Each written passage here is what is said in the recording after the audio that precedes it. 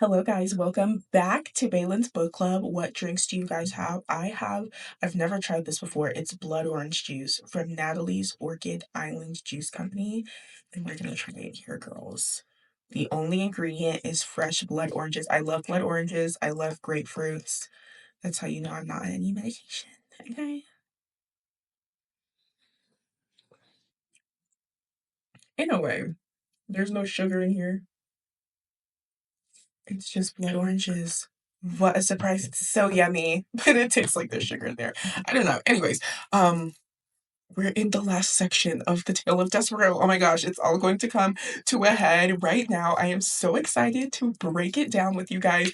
And so let's get caught up on, where we left off. So we left off book 3 with getting to know who Miggery So was and her terrible, horrible life and how she ended up going to the castle. And we also got to see that Rescuro is now able to really plot his plan and have his revenge plan play out through meeting Miguriso. And don't forget, though, that we do have Despereaux holding Rescuro accountable because he is under the napkin, hearing the whole plan, heading up the stairs with them. So that is where we left off. And now we are going into our last book called Recalled to the Light. So obviously we don't have any new characters with this being the last book, but I do want to kind of reintroduce some characters that I didn't introduce last time because they weren't as integral as they are now. So we have Cook. We all know Cook.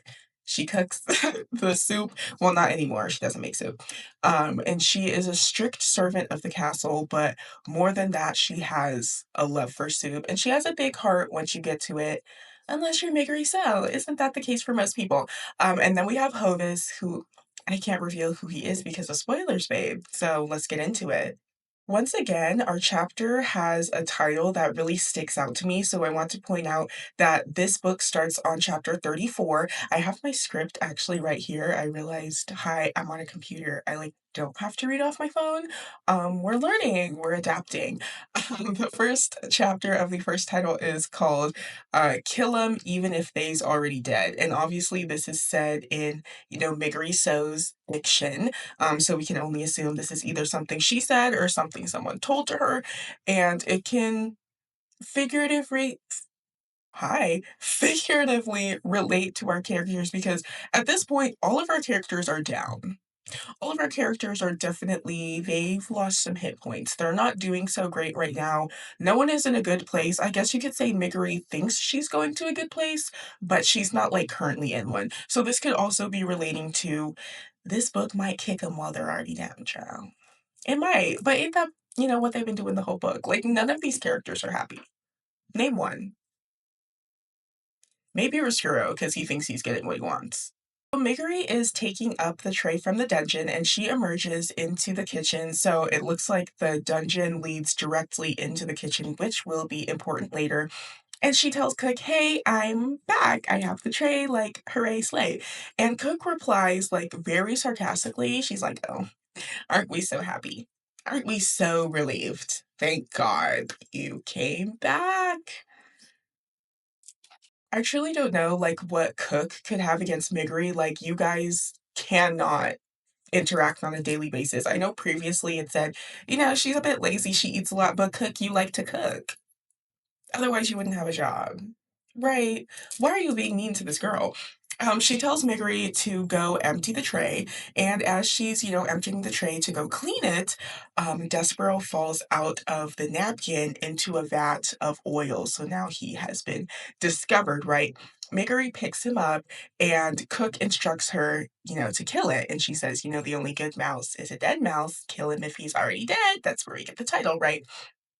And hi, my little frame and my sweet little girl voice. Do y'all know what I'm talking about? Wild audio. Anyway, Miggery is taking too long to kill Despereaux because he's covered in oil and he's quite slippery, and Cook calls her a cauliflower-eared fool. For what? Again, I am asking for what? She has quite literally done nothing to you. Can you hold on to a slippery, wiggly mouse? Cook? Is that something you have to do on a daily basis? Cauliflower, if everyone is using this thing against her when she has truly done nothing wrong. She's done nothing. I feel like I'm more mad with Cook because this is so out of character. Like, she's just a girl who loves cooking soup, who loves being in her kitchen. You know, I heavily relate to her. I love making soup and I love being in the kitchen. And you're being mean to this girl for what? You're not the person who has to boss her around. You're not the person who has to teach her anything or watch after her or anything. You're the cook. You're just being mean to her because everyone else is mean to her. You're a follower. You're a follower. Anyways, Meg swings and misses after she's called a fool because she, just wants to kill the mouse like she's supposed to, and she ends up only cutting off his tail, and then he runs away. And she says Gore missed him, and Cook replies, "Ain't that a surprise? Ain't that a surprise?" It's like, well, you asked her to do it, girl. If it's not a surprise that she did it wrong, why did you ask her to do it, girl? Right? Right. And then Miggery says, "Well, I got the little Meesee's tail though." It says Meesey, like Meecy. I'm like, that's so cute. But it's also because she can't hear, so it's kind of like not cute. Um, but yeah, she's like, "I got the little Meesee's tail though." And then Cook is so mean to her in this moment. She says, "So what good will that do when the rest of him has run into the pantry?" And you can tell she's kind of like yelling. I'm not going to yell into the mic, but she's like yelling at Mig. And then Mig, it's so sad in this moment because you can kind of imagine that she's cowering and she says, "I don't know." Like, I just don't know. And it says that she was bracing to get hit basically.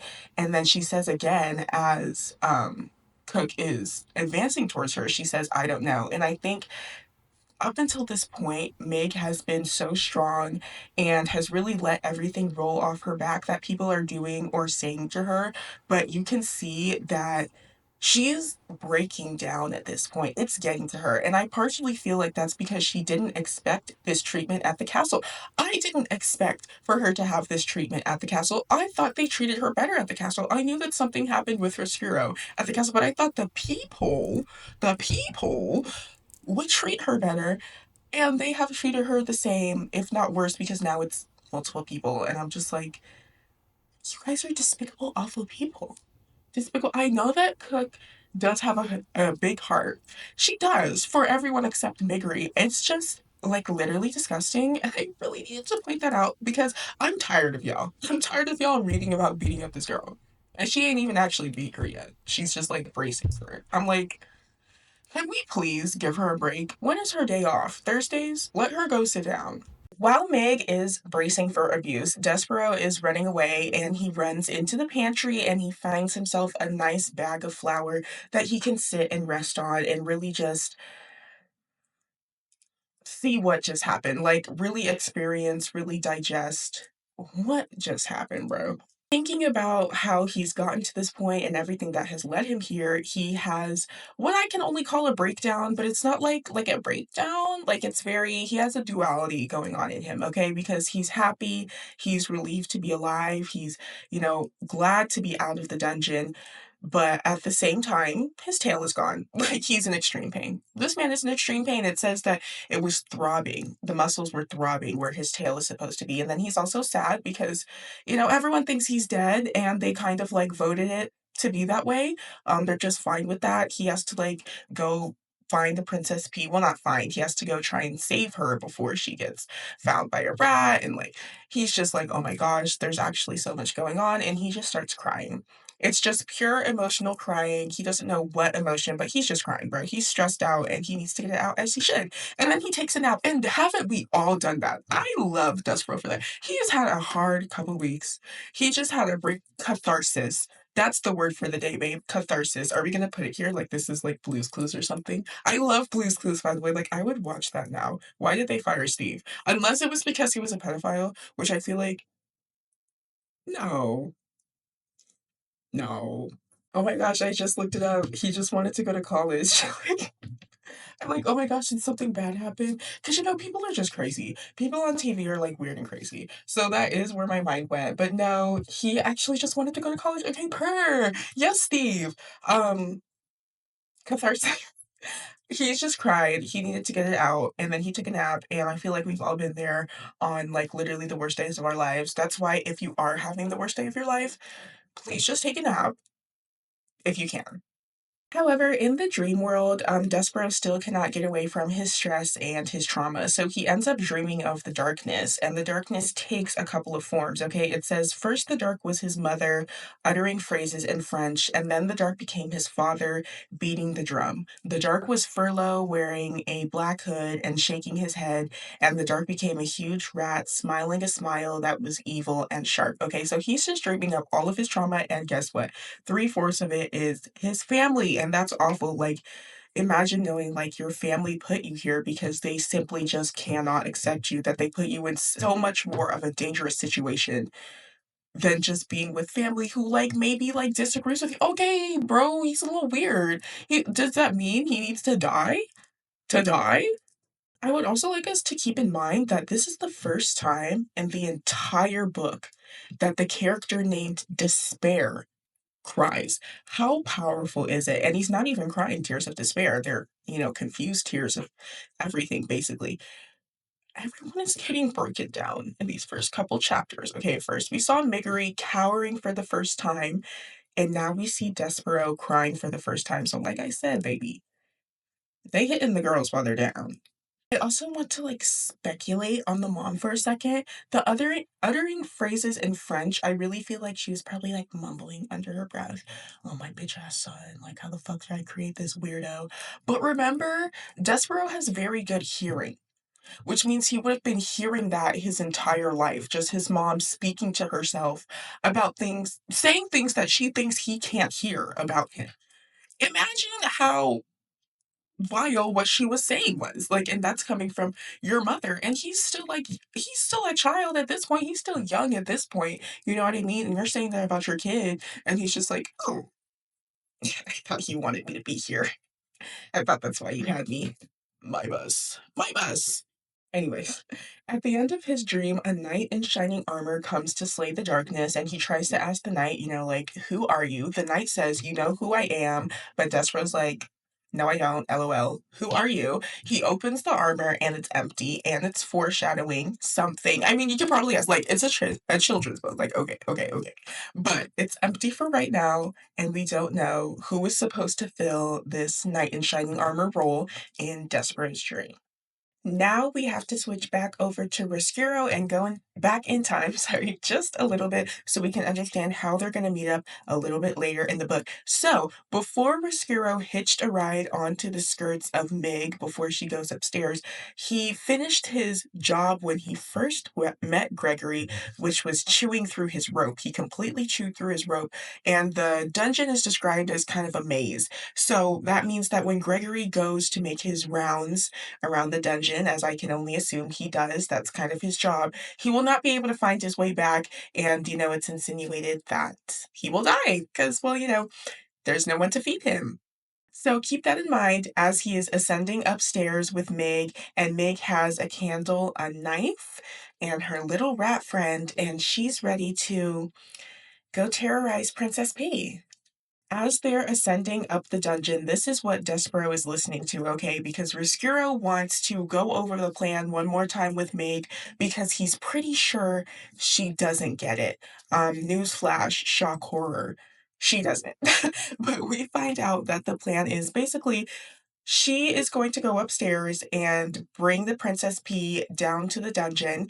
And what Rescuro tells her is, we're not going to use any force, girl.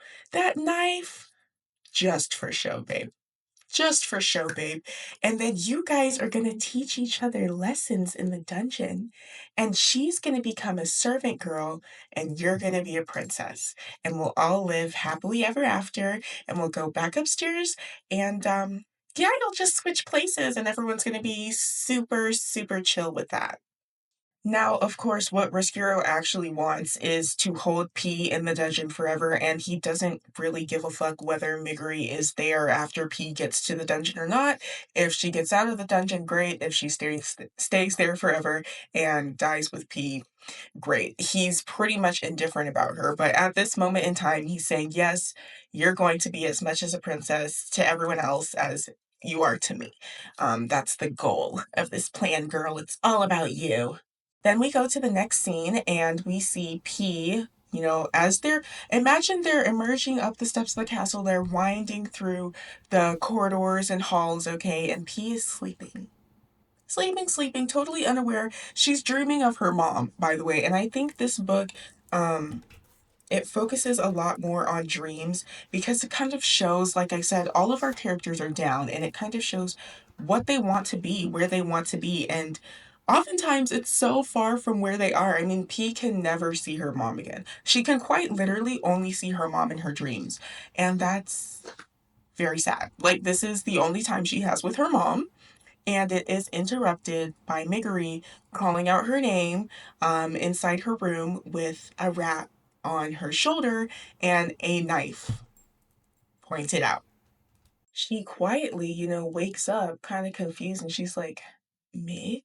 And Mig to that says gore, almost like she doesn't believe what she's about to do or what she's, my voice, what she's currently doing, which is holding up a knife to literally the one person who has been nice to her. The one person. And she's like, Gore. But she does it anyway, okay? And she says, Hey girl, I'm gonna take you to the deep downs, which is the dungeon, and I'm gonna teach you some lessons. Imagine I have a knife in my hand. I'm gonna teach you some lessons, and then we're gonna switch places. Riskiro gets mad at this because she wasn't supposed to tell Pete that they were taking her to the dungeon. She was just supposed to say, Hey, follow me. I have a knife, follow me, and this rat is gonna guide us. But Riskira starts yelling at her, which the P can hear, and the P is like, okay, guys, like, what's going on? You can't tell me what to do, first of all. I'm the princess. Let's just get that right. And I really want to focus in here because this is the first time where we see P is distinguishing herself from the general population. Okay, she knows she's a princess and she knows technically no one can tell her what to do except like her father or something. She knows that she's the one in charge of these people basically, and she knows where she stands on the hierarchy of things. Okay, and usually she sets that to the side because she just wants connections with people, but at the end of the day we can see she knows what it is to be a princess, and she's like, okay, now you guys have pissed me off. Now you've pissed me off. What are you doing in my room?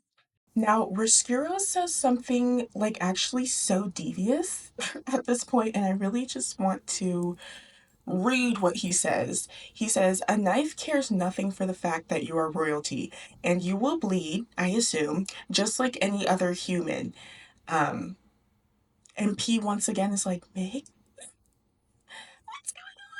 And it says her voice is shaking, like now, like it's real. You know, this rat wants to kill her. And then what makes it even worse is she notices that Riskuro is still wearing the spoon on top of his head. And she recognizes it as her mother's soup spoon. Okay, and it sends a shiver to her core. And as she's realizing this, Riskuro is asking her, Do you know who I am? You know who I am, princess. Because he thinks he's so important. Now, does the princess know who he is? Absolutely. She's like, You're the rat that killed my mom. Actually, the mom that I was just dreaming about, that I can only visit in my dreams, you're the rat that killed her. Of course, she knows who he is, but our Princess P is very ferocious. Okay. And she's like, I don't know who you are.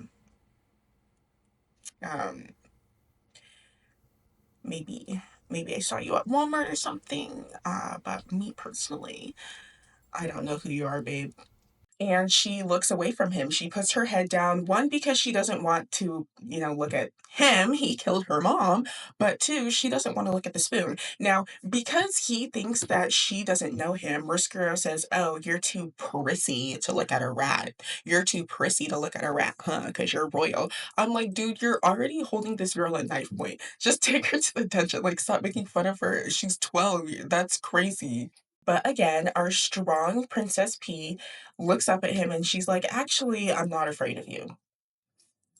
Actually, I can look at you. So now what?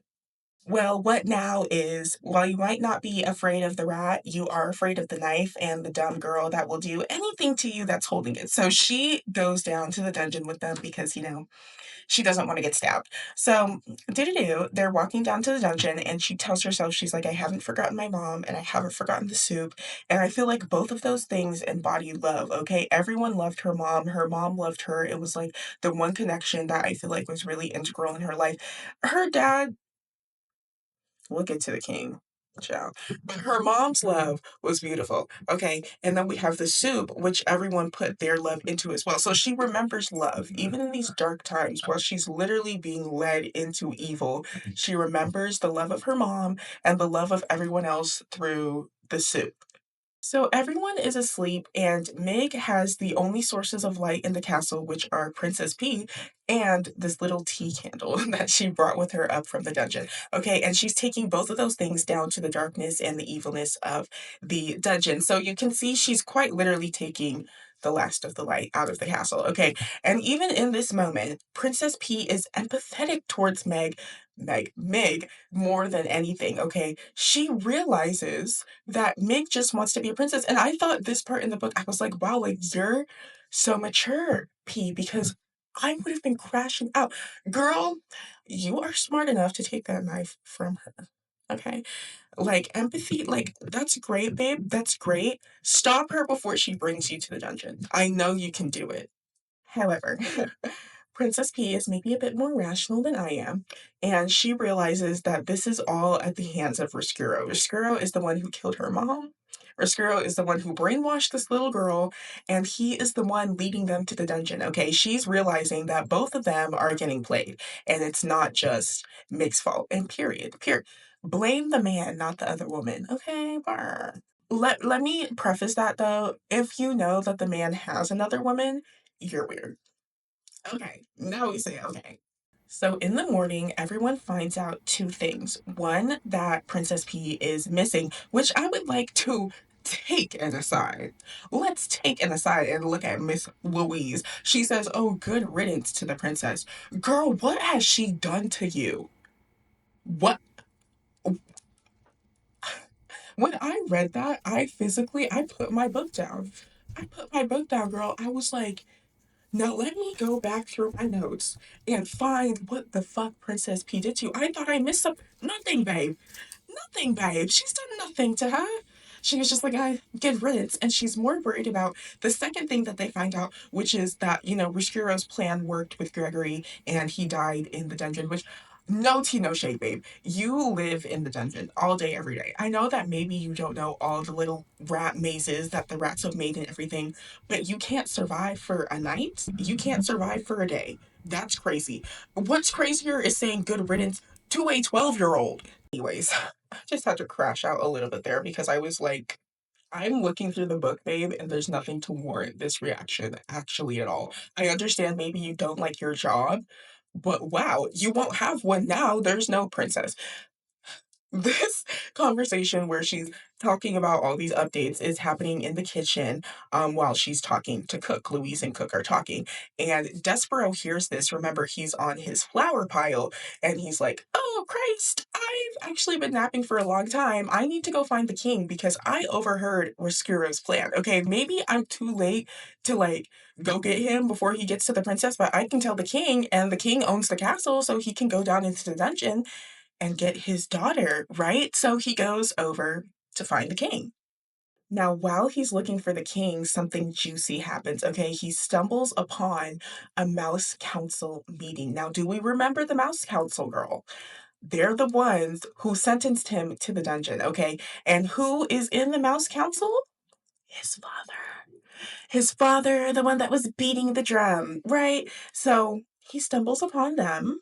Now remember, he's covered in flour and he still has the red thread around his neck. So he kind of looks like a ghost with blood around his neck. So they see him and they're like, oh my gosh, the ghost of Despereaux has come to like make us repent of our sins. Like literally, that's what they say is that they need to like repent of their sins. In fact, his dad goes up to him and starts saying, I'm sorry for what I did. I know it was wrong. I even destroyed the drum. And he was like, son, you come back. Like, please, please, please forgive me. And I'm like, baby girl, me personally, I would have punched you in the face. Because what do you mean you're asking me for forgiveness when you sent me to the dungeon to die? I don't care that you think it's a bad decision now. You sent your son to die. Even the book makes sure to have an aside in the scene and says that forgiveness is strong, like love is strong, okay? But it's also irrational as fuck. The book literally says that. It's irrational to, it's crazy to be like, yeah, I did this, and that to you, but please forgive me. Now, since this is a children's book show, Despereaux says, I forgive you, Paul. But at the same time, this is why I like this book, okay? Because it wrestles with how complicated forgiveness is. Yes, you want to forgive someone because they're literally groveling at your feet, okay? But it's at the same time, like, yes, you learned your lesson, but you still did that to me, okay? The book makes sure to say Despereaux did this for his own heart. He didn't do it for his dad, and not even necessarily because he did forgive or excuse or get over anything that his dad did.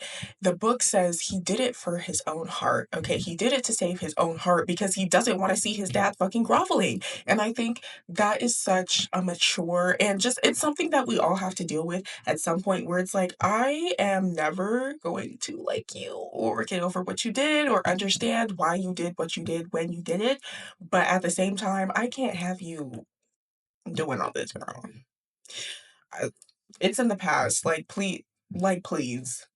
Now, while this man is having this intimate moment with his son and being forgiven and admitting his sins, the Mouse Council head leader is like, yo, you don't need to feel bad for that. You were protecting, it was the good of the people.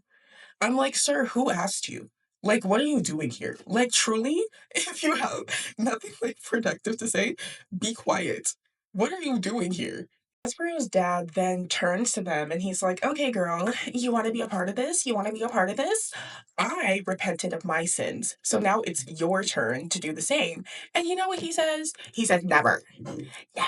He'll never take me alive. I'm like, right, right. Like you were literally telling Despereaux that he needed to admit to confess to his sins in front of the court for like reading. You sentenced a little child to die and you can't say sorry? I would also like to say, while Lester, Despereaux's dad, is going through an arc here, I do want. I, just, I can't get it out of my mind, girl. You're saying you're sorry and you're saying you know what you did was wrong and you've been having these nightmares and you destroyed your drum, and that's great and everything, but you were still at the Mouse Council meeting. Like you were still there, like you still showed up. You could have chosen to not show up, but you were still there. So that kind of rubs me the wrong way just a little bit. I'm like, would you have been saying and admitting this stuff if Despereaux had not appeared there, or would you have just like eventually gotten over it and still stayed in the Mouse Council to do it to someone else? I There's just something not too genuine there. And maybe that's why Despereaux was like, you know what? I'm just stepping back. You're forgiven. Ruin your own life, babe. I've got stuff to do. Like, this is literally the attitude he has. He's looking at the Mouse Council. He's hearing this guy say, no, like, he's still like a plague on this society. Da, da, da. He's seeing his dad crying and he's just looking and he's just like, I actually don't care. I actually don't care. And then he leaves because he's like, I don't care what you guys think about me. It doesn't matter at the end of the day. I need to go tell the king about the princess. And so he finds the king in Princess P's room holding what's called a tapestry of her life. And I'm pretty sure, if I remember this correctly from my art history class, um, the royal people, they would get like stuff made for them. You know what I mean? It's supposed to tell a story. And I think they would add to it, is the thing. She's so young. I'm guessing her tapestry would be mostly empty, which would hurt for a parent. It's like seeing a child coffin. It's just like there's nothing that should be that small to house a dead person. You know, he's probably thinking there's a tapestry that shouldn't be this unfinished, you know, and he's sobbing and there's a literal puddle by his feet. That's how much he's sobbing. And Desper has to call out to him and he's like, sir, like king, like please. I know where your daughter is. And the first thing the king does is he's like, is that a bug talking to me? I'm like, girl, are we really gonna start this bug thing up again? Despero's like, whatever, bro. I know who took your daughter, where they're going, and what his intentions are, and I need you to go with me to the dungeon right now. Now, what do you think a normal father would do with this information? Right, go to the dungeon to get his daughter. Right, right. And you know how the king is supposed to like love his daughter. Right. No, that's not what he does. In fact, he covers his ears. He's like, la la la la, la. I can't hear you. I can't hear you. Rats are illegal. They don't exist. I can't hear. I'm like, sir, what are you talking about? You want to be blind to the fact that rats exist so much that you cannot save your daughter? Your daughter? When I read that again, this there are so many things I don't remember about this book. I don't remember him doing that and acting like that. That just blew my mind a little bit, yeah. I was very surprised. He's humming, sitting there, acting a fool, and Despereaux again has to realize, damn, I have to walk away from this man, from this father, and do things myself because y'all ain't good for nothing. And I'm just like, again, he is the king. He has all the power in the world. And they're rats, bro. Put out some rat poison and go get your daughter. Despereaux realizes he needs someone else's help, and the only other person that he think maybe could, ow, I just help him in this situation is the Threadmaster, okay? Because the Threadmaster has been through a lot, has encountered a lot of mice seemingly kind of like him. So he's like, maybe the Threadmaster, I mean, at the very least, the Threadmaster would know a bit more about the dungeon than the average mouse. You know what I mean? So he gets to the Threadmaster and he's like, yo, I'm going back into the dungeon. And the Threadmaster is like, okay, period. And he's like, what about this thread? Like, what helps it in the dungeon? Like, is it magical or something? Will it help me on my journey? And the Threadmaster is like, hey, so I know it's just regular thread. It's just red. Now you know it's just regular thread. It's just red. There's no magical properties. He's basically like, the Mouse Council acts like this thread is like legally magically binding or something and has like some supernatural power in the dungeon. Um, I play along for my job, but it's just regular thread. And I thought that was very funny. And Despereaux was like, okay, well, can I have it? Because I'm going to the dungeon. And he's like, no, because I'm playing along. So you like need a reason to have it. I'm like, girl, why are you being difficult? Despereaux explains, what he's trying to do. And then the Threadmaster is like, oh, so you're on a quest. And I thought this part was also funny. Despereaux, I can only imagine, like, he's low on time. He's got somewhere to go. It's like the relative that won't hang up the phone. And he's like, I don't know what that is. I don't know what a quest is. I just need the thread, bro. Can you just get me the thread? And he's like, who am I to stand in the way of a quest? And I can just imagine Despereaux's like, are you done? Are you done? But in the end, he gets the thread and he wants to say thank you to the Threadmaster, but he's like, dude, I don't even know your name. And the Threadmaster says, Hovis. It's Hovis. And he says, thank you, Hovis. And he goes on his way. Oh, he doesn't go on his way. Let me not lie. Like, it's literally on the cover. Hovis gives him his needle sword. Yes, Hovis arms him. He's like the blacksmiths in video games that you go to like before you're doing some impossible, like Monster Hunter. Oh my gosh, I'm so bad at Monster Hunter. It's so pretty though. Then he goes on his way, and as he's leaving, Hovis makes sure to tell him, hey, be a mouse among mice, okay? And I just think that's a beautiful thing to say because this whole time, Despereaux has been like, am I a mouse? Am I a man? Am I a man among mice? Am I a mouse among men? Like, what is going on? And Hovis is like, dude, you're the mouse of all mice, bro. Like, you're the mousiest mouse to ever mouse. Like, very gender affirming. Like, purr. Thank you, Hovis. Thank you. So Despereaux begins his journey through the castle, and obviously to get to the dungeon, he has to go through the kitchen. Okay, it's the middle of the night. He's expecting that no one is going to be roaming around the castle, so he can do this freely, but he stumbles upon Cook, who is making soup. Now remember, soup is illegal, like, especially for the poor people. She's right in the castle, under the nose of the king. And soup is illegal, and she's making it.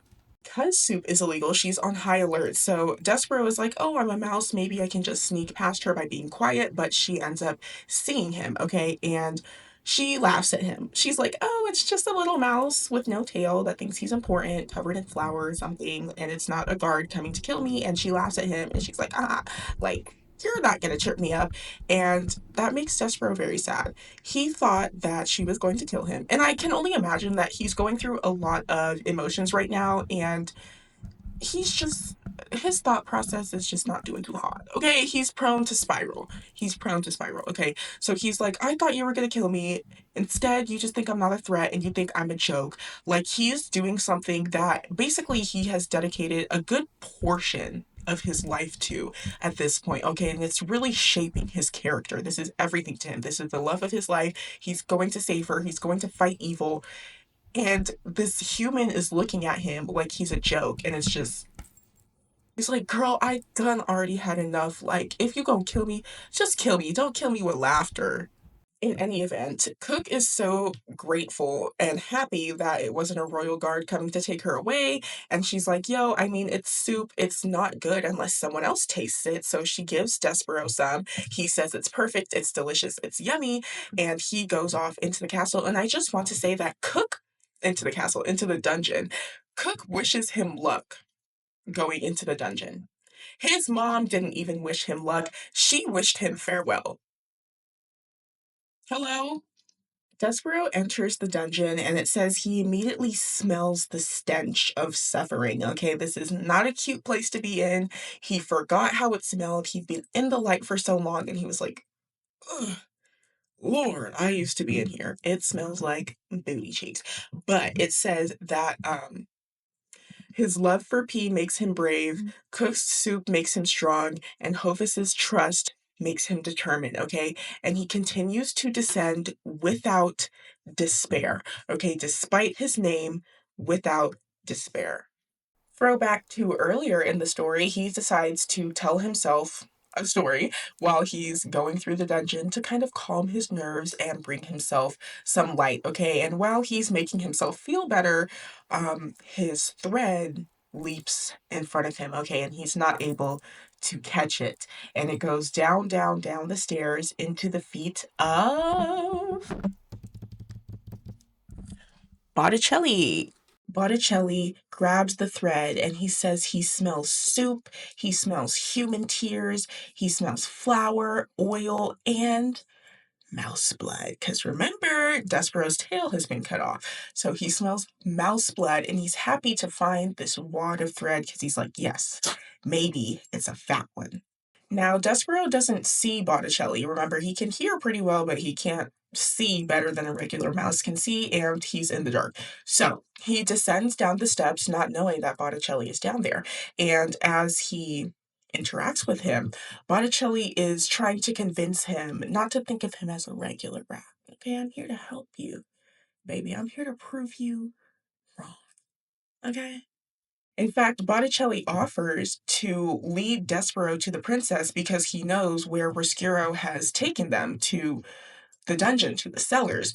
And Despereaux's like, but you're a rat. And Botticelli's like, yes, I'm a rat who's trying to break stereotypes.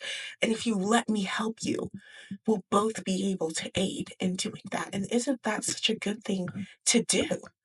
To prove people wrong. And remember, this is all Despereaux is about, okay, is proving people wrong that his stature makes him less than. So Botticelli really understands how to play with this man because let's be real, we all know that he is lying. We all know he's lying, but what is Despereaux going to say? I know you're lying because you're a rat. Oh, right. It's very manipulative. The next thing Botticelli says is, you may trust me.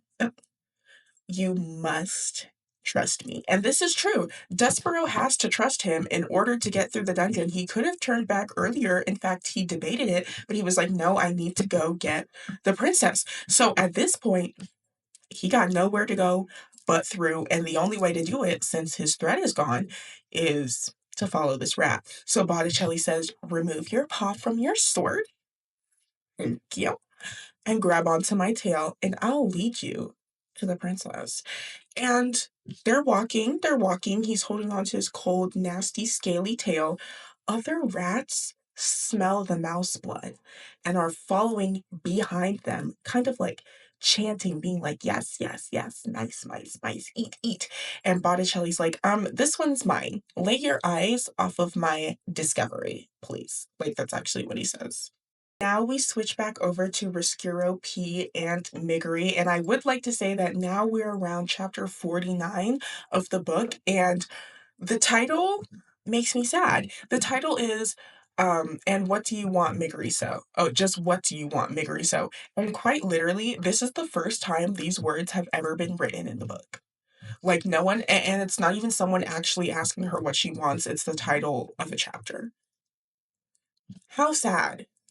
So once they all arrive to the cellar that Riscuro hopes to keep P in, he tells Miggery, okay, now chain her up. And Miggery's still not putting two and two together. I'm like, girl, I want to blame you, but at the same time, I know I can't, so let me just stop. Still not putting two and two together. She's just like, well, how is she going to learn her servant girl lessons if she's chained up to the floor of a dungeon? And she's also like, and shouldn't we change outfits so that when we emerge back upstairs, I'll actually look like a princess and she'll actually look like a serving girl? And Roscuro, having fun with her thought process, is like, yeah, go ahead and switch clothes for me, sweetie. You'll look like so much of a princess, babe. In fact, he says, Miss Miggery, Miss Princess Miggery, please take off your gown and hand it to your serving girl, in reference to P. And then he tells P to hand her crown to Miggery. And what I think is interesting is after these instructions, P kind of sighs and just does it. And I think she knows that this plan is not going to work. She knows her father is the king. She knows that like everyone knows she's the princess, and she just knows something's going to go wrong because you're putting the brunt of the labor of this plan on someone who literally does not understand what's going on. So she just sighs and is like, here, take the crown. Like, this is gonna crash eventually or something. And she's just kind of like there going with the motions, okay? And so Miggery puts the crown on her head, but it says her head is so small that the crown just slides onto her ears and it ends up hurting her ears and she's like, ow. Which I think is sad. She just wants to be a princess and it ends up hurting her in the same place that she hurts when she's not a princess. To make herself feel better, she asks for Skiro, hey, how do I look? And since now they're in the dungeon, he knows the girls have no way out. He doesn't need to keep up this facade because he doesn't need Miggery So anymore. So he says, you look laughable, you look ridiculous, and you're never going to look like a real princess. And obviously, Miggery starts to cry. And keep in mind, again, Princess P is just sitting there, like, watching her only person that she could kind of call a friend, a connection, get degraded by a rat. It's not funny, but like, that's just a terrible position to be in. And you can't even comfort her because really she's there to like kidnap you and strip you of your rights. So, like, what are you gonna say? Oh, it's okay, Miggery. Go ahead and chain me up. You look just like a princess. Riscuro then tells Miggery that dress up time is over and she needs to chain up the Princess P. And he starts monologuing because, you know, he's just doing typical villain things. He's like, I'm finally to the end of my destination. I did what I needed to do. I'm going to start monologuing. And he says out loud that Princess P basically is going to be chained up forever. And this is exactly what he wanted. Okay. And then Miggery says, but isn't she going upstairs to be a serving maid? And he's like, no. And she's like, but aren't I going to be a princess? And he's like, no. And she goes, but I want to be a princess. And then he says, you know, again, of course, who cares what you want? Who's asking you what you want? Obviously, she starts crying because in this moment, the full weight of the fact that literally no one has cared about what she's wanted for her entire life hits her in the dungeon while she's faced with the fact that she came here for nothing. She's torturing probably the only person she can call her friend for nothing. She's listening to a rat, and she's just not where she wants to be. Okay, and she starts crying and becoming inconsolable. And so P comes up to her in a very sweet moment and softly goes, what do you want, Meg? Now, of course, Meg doesn't hear her. And she's like, what? What did you say, girl? But when P says it a second time, louder, she makes sure to say, what do you want, Miggery So? And I think it's so important that for the first time that Meg hears someone ask what she wants in this life, they use her full name. I really love that about P. And I love that she's able to gauge the situation and just be like, okay, you know, this is what's happening. Again, she has no resentment towards Miggery. And she can really see this girl for who she is. And Meg says, I want my mom. And P says, well, girl, same. Like, we're on the same team. In that moment, she tells Roscuro, hey, I'm not chaining up Miss Girl. She and I are locked in now.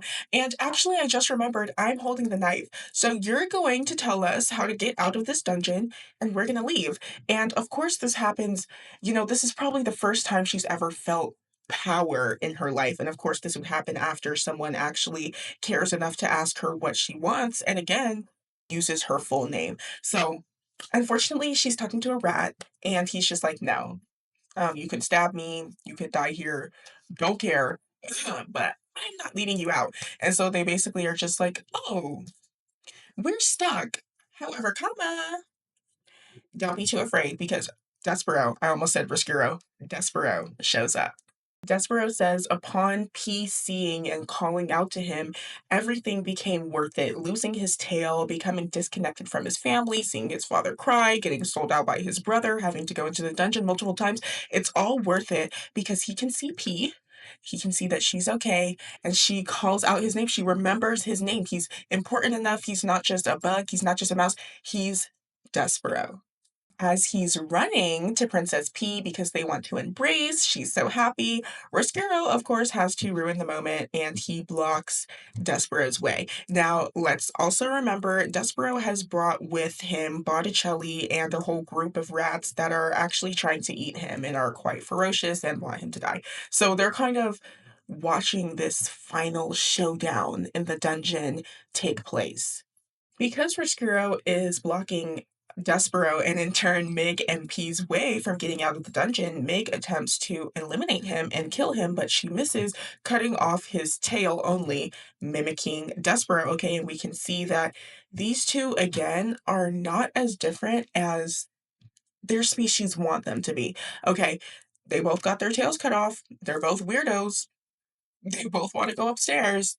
As Roscuro is freaking out about his tail being cut off, Despereaux takes the opportunity to hold up his needle to his heart, and he's basically threatening his life. And in that moment, Roscuro is just like, you know what, babe? Kill me. Please kill me. He begins to cry, and to this, Botticelli begins to boo, along with the rats that had followed Despereaux in there to try to eat him. They start booing him because he's showing emotion, and I'm like, guys, again, kicking him while he's down. Like, he's literally crying, begging for Despereaux to execute him. Maybe don't boo him. And then P is actually the one to be like, hey, don't kill him. Botticelli says he should be killed. He's a poor excuse for a rat. Like, he's so weak. Like, he's literally sitting there crying. Like, please just execute him. He should be executed by a mouse. But he's like, no, don't kill him. And the book says in this moment, P feels as Despereaux felt while he was looking down at his father, whimpering and what is it called, sniveling and crying. And she sees this mouse, like her mom is already dead. Nothing's going to change that. This mouse dying, this mouse being this rat dying, this rat being suicidal is not going to change anything.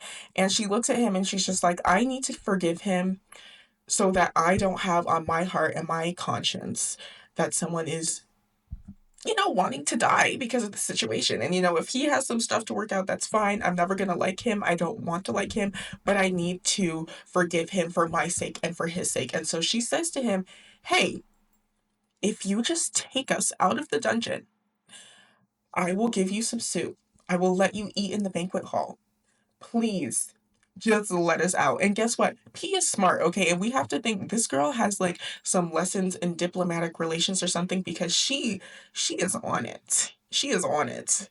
To this, Riskiro obviously agrees. He's like, yeah, I'll take you guys up. And after this whole ordeal, Princess P calls Despereaux, what? Her knight in shining armor? Yes, obviously Despereaux is the one who is supposed to fill the knight's armor in his dream. And at this point, he has fully become the hero that we all wanted him to be, that we all knew he was going to become. Okay, and we have this cute little interaction between them where she's like, you're my knight, dude. Like, purr, you came to save us from the dungeon. Thank you. So this last chapter, it's kind of like, those black sitcoms when they like have the music playing and then they like do the freeze screen and they're like, blank bought her beauty shop on 6th Street, and now she has blah blah blah.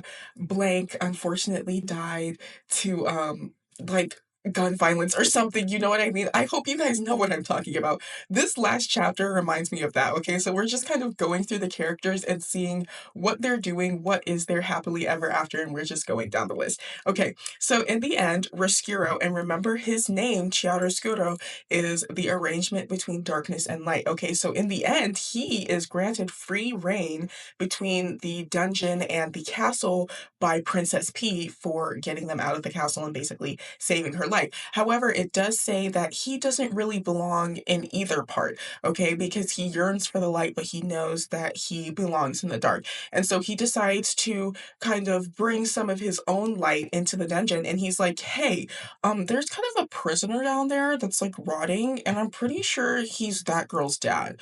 Um, so let's get that started. Let's get him out of there. And so he brings Mig, her father, which goes into what is Mig doing after this whole ordeal? Well, to atone for his sins. And can we just touch on that? It doesn't say like out of the goodness of his heart or because he wants to. It says for the atonement of his sins for what he's done wrong. He treats Mig like a princess for the rest of her life. And that's great and everything. I'm glad that Mig is finally getting treated well. But the intent, babe, the intent to atone for your sins, maybe do it because it's your daughter, right? I like, hello. Then we move on to Despereaux and P, and the book does make sure to say, hey guys, I know this is a topsy-turvy world and they can talk to each other, and mice are out here being heroes and going to dungeons and da-da-da, but P is not getting with no mouse. Okay, this is not that kind of love, baby. And I'm glad that they were able to focus so much on this book that Despereaux loves P. Despereaux loves P. Like, that is a fact.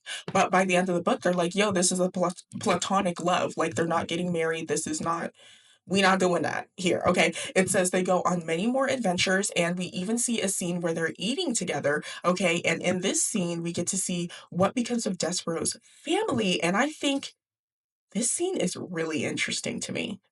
So Despereaux's family is kind of in the curtains of the banquet hall while P and Despereaux are eating together, and his mom shouts out, he lives, he lives. So to me, that tells me, what did the father not say? Hey, at my council meeting today, I confessed my sins to my son, to our son. I saw Despereaux. I know that the council vowed to pretend that this didn't happen. Did the dad, perhaps, I kind of like just realized, did the dad afterwards decide to partake in acting like the whole Despereaux thing didn't happen? I like kind of just realized that, like, as I'm filming this video, because at first I was like, did you just not tell your wife that you saw your son? But maybe he decided within himself, I'm also going to pretend like this didn't happen, which would be crazy. To himself, his father is in fact saying, forgiven, forgiven. And I'm like, okay, babe, I don't forgive you for not telling your wife that you talked to your son. Like, what? I don't care if you thought he was a ghost. Do you not tell your wife ghost stories? But again, maybe he took that. Y'all hear that? Y'all hear that car honking? Damn. He honked for a good like 5 seconds. He must be mad. My window's closed too. Anyways, oh yeah, he's whispering, forgiven, forgiven to himself. And Furlough is actually there as well, and he says, crepes, that's ridiculous. And I'm like, how are you still judging this man? How are you still judging your brother when he's literally eating with the princess, the embodiment of light? Okay, he's literally eating with the princess, and you're sitting on the floor behind the curtains, and you still want to judge him for being weird? Furlough, I hope you die. Point blank period. Send Furlough to the dungeon. But just like that, you guys, we have finished the first book on my channel. If you stayed to like hear the whole book with me, like, oh my gosh, please tell me how you felt. I'm like so excited. This book now is worse for wear, but I'm so happy with that. I had so much fun doing this with you guys, and I just want to like kind of close the big picture on this book. I think if I could describe this book with just one word, it would be the word despite. Okay, because everyone fulfilled their dreams despite who they were born as. Um, And I think we should all take that as a lesson and just be like, yes, we can be born into unfortunate positions. And just like Miggery so, was she fully ever a princess? No. But we kind of have to take what we can, work with what we've got, and push ourselves to the limit and see where it can really take us. Because all you can do is believe in yourself, because everyone's going to tell you that you're something that you're not. And if you believe them, well, you're just going to be stuck behind the curtain with them, right? The next book that we're going to be reading on our channel, I actually am so annoyed that I don't have a physical copy of right now, though it is on the way. It has been my favorite book since I was quite literally 8 years old. I read this book for the first time when I was in third grade, and it changed my life for the better. And I know we're going over children's books, but I promise you can take some adult themes from this and it might even make you cry. Okay, it is called Bud Not Buddy. It is a Coretta Scott King Award winner, and it is also a Newbery Medal Award winner. Okay, so I was reading some good books. I had taste. So we're going to get into that. It's about this little Black orphan in the South who is on a journey to find his father, and through that, he discovers a love of jazz and community as well. And I am just so excited to dive into that for you. If you like this little series and want to see more, please subscribe, comment, tell me how you liked this one. We're going to make some improvements for the next one as well. I cannot wait to see y'all. I hope you're excited for the new book. I will see you in 2 weeks. Stay literate, y'all.